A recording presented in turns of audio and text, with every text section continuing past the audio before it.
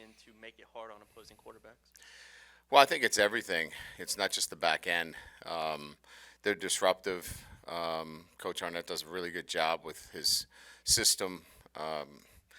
They've got good players and they've got veteran players that know their system very well. They mix things up.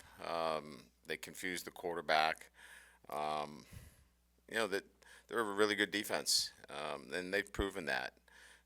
Statistically, you can see that. So, um, good players up front, mix things up, confuse the quarterback. Um, and again, I think the system itself really puts their kids in a really good position to succeed. Hey, Coach, another cornerback question here for you. Yeah. So with Colby Richardson, I saw he got a little bit banged up last week against Southern. What's sort of the status with him heading into this game? Yeah, he had a mild thigh contusion, but he practiced all week, so um, really responded well, and yeah, he's good to go. He's practiced all week.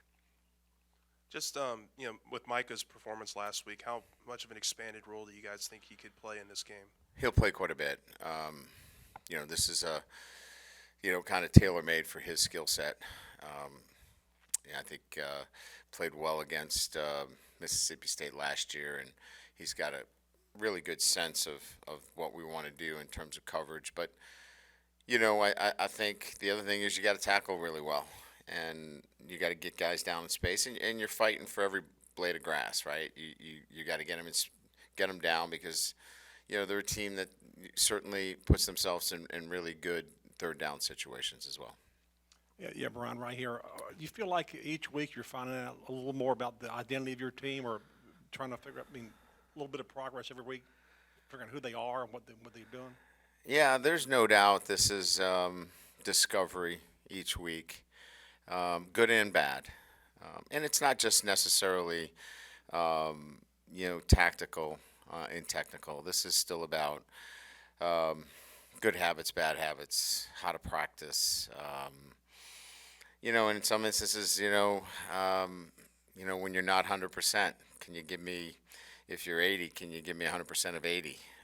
So all those things, we're kind of going through that process right now, and I think it's going to be something that continues to evolve.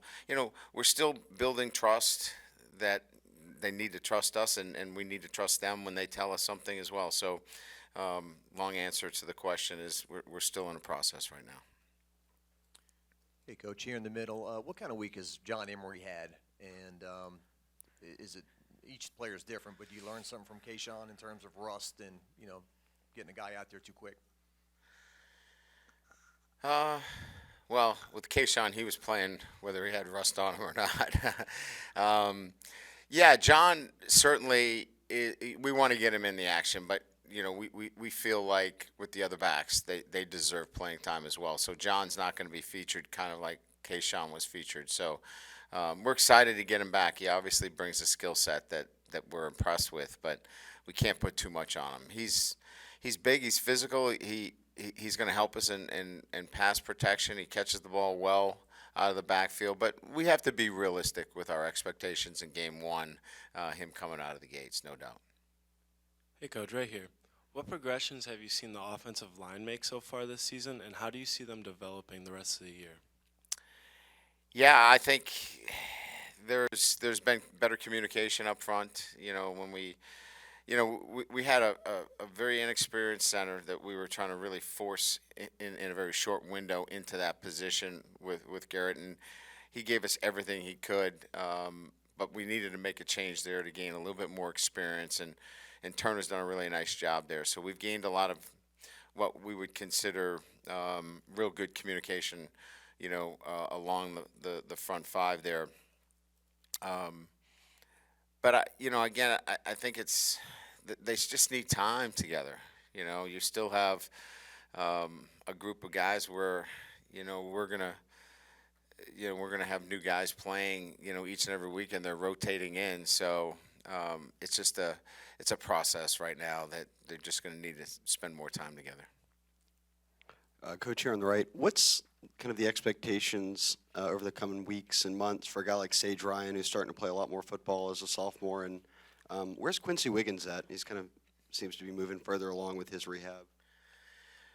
Yeah, so Sage, has been playing more.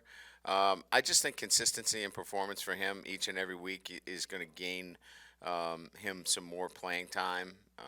He's showing up, in practice with consistent performances. So it's, he's got to unseat, Brooks, Ward. There's talented guys. Foucher's coming back in, another week or so. So it's a deep group back there. So elevating his performance is what he has to do during the week of practice, and he's doing it.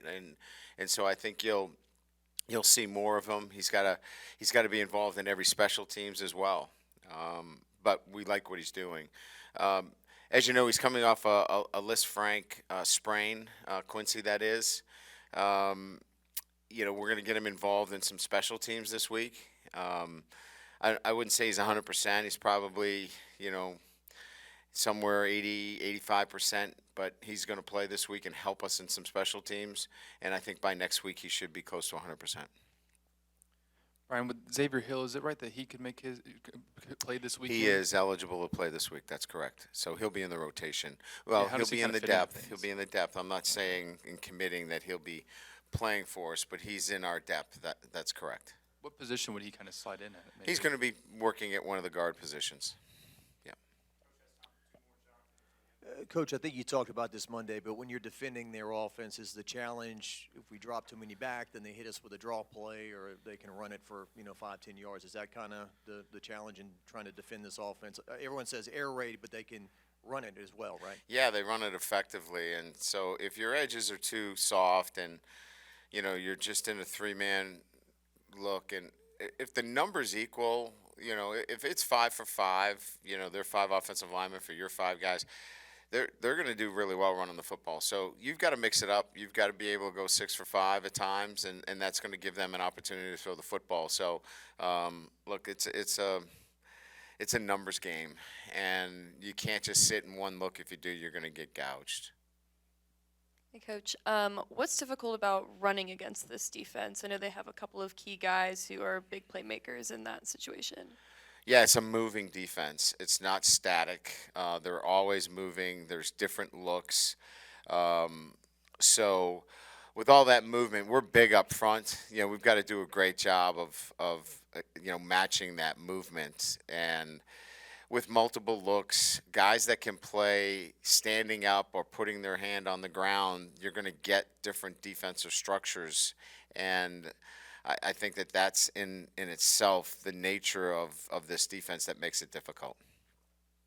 Good. Thank you.